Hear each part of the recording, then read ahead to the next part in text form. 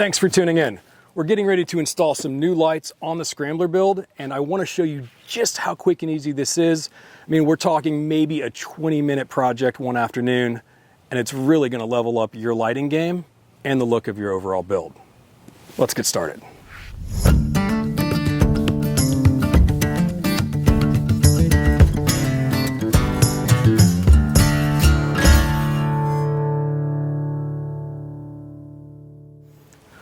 Don with Driving Everest here, and welcome back to the channel for those of you who have been following along with the Scrambler build. And if it's your first time, thanks so much for tuning in. Hopefully you'll find this informative, and be sure to hit subscribe so you can continue to see how we transform this 2022 pretty much stock Gladiator into a really cool retro looking build. Let me show you what we've got done already. So it's pretty minimalistic so far, but we've got the Quadratec QRC full width bumper on there with the tube style, again just going for a retro vibe. And the side steps, which were installed in another video, are tube style as well, 3-inch, they run the entire length, quick and easy bolt on, but are also going to do great things to complete that overall look and help when we lift this up. So before you install cowl lights, one thing you're going to have is a set of cowl brackets, and I've already installed this set by a good friend of mine, Riley, from Smoky Mountain Overland. There's a link to the video in the description if you want to check those out and find out where you can get a set of brackets just like these. So if we take a closer look at these cowl brackets, you can see we've got several different mounting options, including some down there for some other angles, but for these lights, we're going to go straight forward right here on the top bracket. So before I jump into any project, I do like to lay everything out and make sure everything is on hand, because it's embarrassing to admit the number of times I've had to start, stop, as well as run to the hardware or the auto parts store because I'm missing something. But this one is going to be pretty straightforward. So of course you're going to need your lights, and everything is going to come that you need for those, your hardware, your mounting brackets, even these pigtail connectors right here. But you're going to need a few other basic electrical tools. Needle nose pliers are always good to have, some strippers, some crimpers, that sort of thing, screwdrivers, all good to have on hand. So if we open up one, this one hasn't been opened yet, just to show you what comes inside here.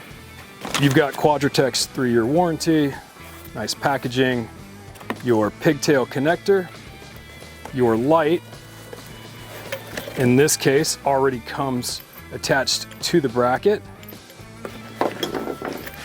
and then the rest is just padding.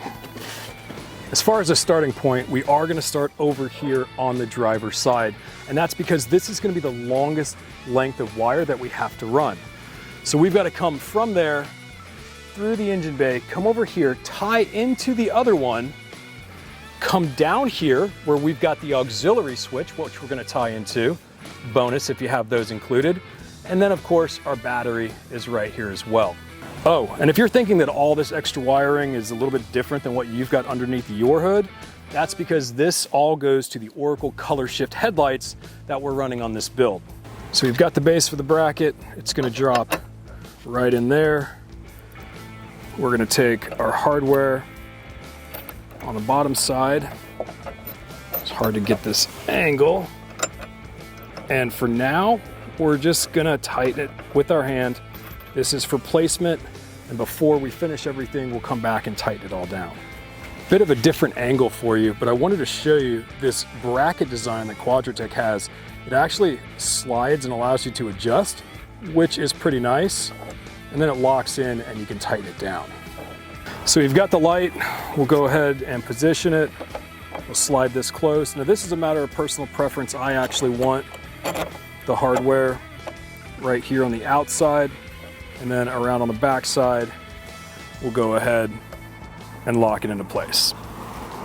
So one of the things I noticed by doing this placement fitting is I'm actually going to have to remove this cowl cover in order to hide the wires properly. Fortunately it comes off pretty easily. So you can see from the back, ran the wires down between where the cowl actually connects with the rest of the hood, and then it comes down, and then there's a seam right here that we can reach up under and pull the connector out, and then snake the rest of the wires all the way through here. So now that we've got our harness together, we're going to take the male end, connect it to the female end, and then we'll go ahead and lay the length of this out.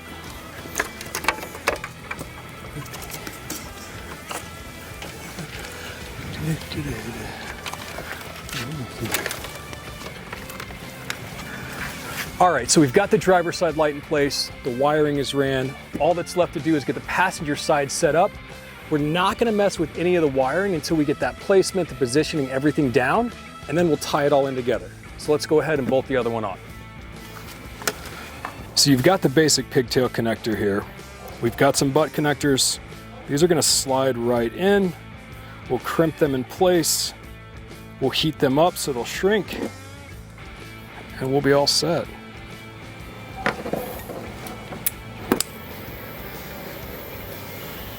So if you do have the Mopar auxiliary switches, they're going to be located right down here.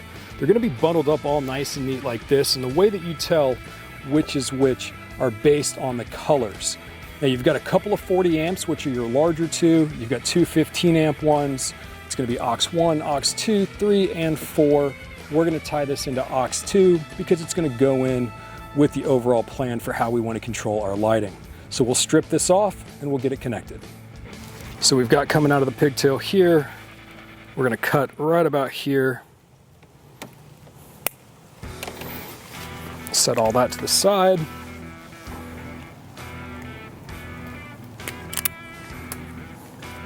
So the way this is going to work is, again, this is from the driver's side. This right here is going to connect and go into the power, and then it's going to connect here to go into the passenger side. And that way they're running all together perfectly. So that's all tied in. Now we've just got to get power to it. So the first thing we're going to do is put a connector here for our ground. So now we're connecting the ground. We've crimped this connector in. It's a little windy, makes this harder to do. So there's a 10 millimeter ground screw right here. We're going to loosen that up. And that's what we're going to put our connector on here. There we go. So we'll just slide that over. Put that back on.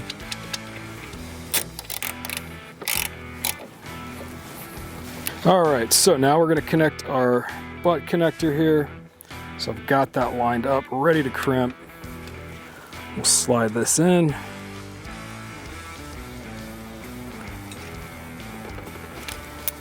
It's on there. The other end, of course, is going to go to aux 2. Now, if we add more to this in the future, we'll just come in and we'll split off of here. And that's in there.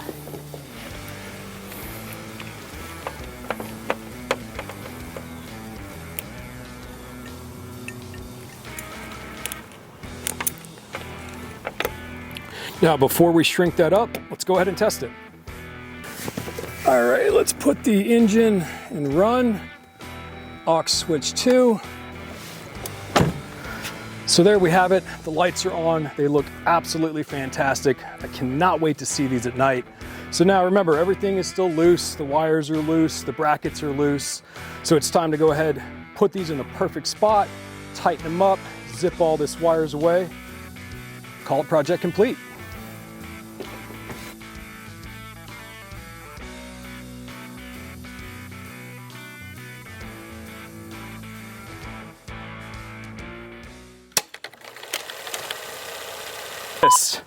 This is the most satisfying part here. So I've got the amber light covers. Yep. Oh my goodness. There's just something about that peel. Those don't peel very well. Chase rack on the bumper. Pretty much, that's terrible. Cut. Getting ready to put some new lights on the Scrambler build, and I want to show you just, damn it. Go ahead and make sure, nope.